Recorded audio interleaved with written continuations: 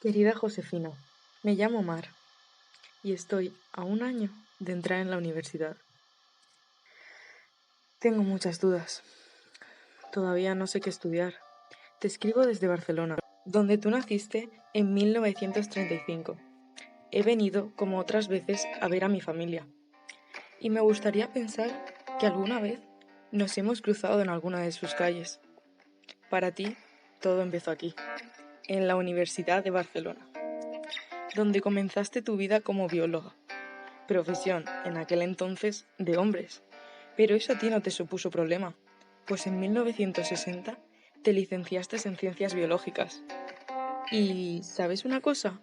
El año pasado estuve en un campus científico de oceanografía, estudiando el plancton, pura microbiología marina, esa que a ti tanto te apasiona. Y, de estudios, tú sabes mucho, pues impartiste clases en el Consejo Superior de Investigaciones Científicas y además fuiste directora del Instituto de Ciencias del Mar.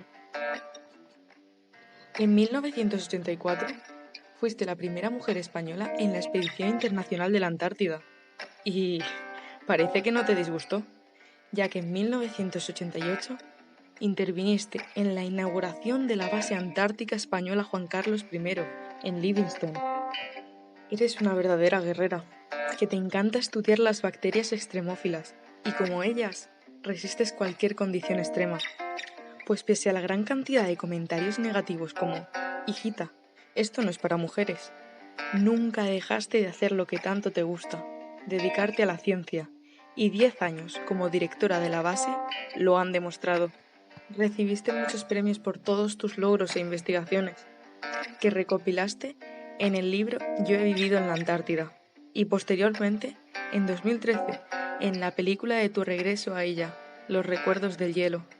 En el 2000 llegó la jubilación, pero nada te frena, y a casi tus 80 años regresaste para escuchar de nuevo la música del hielo antártico. Querida Josefina, ahora ya sé lo que quiero ser de mayor. Quiero ser como tú, la mujer que conquistó la Antártida. Y sobre todo, una mujer sin límites. Atentamente, tu admiradora, Mar.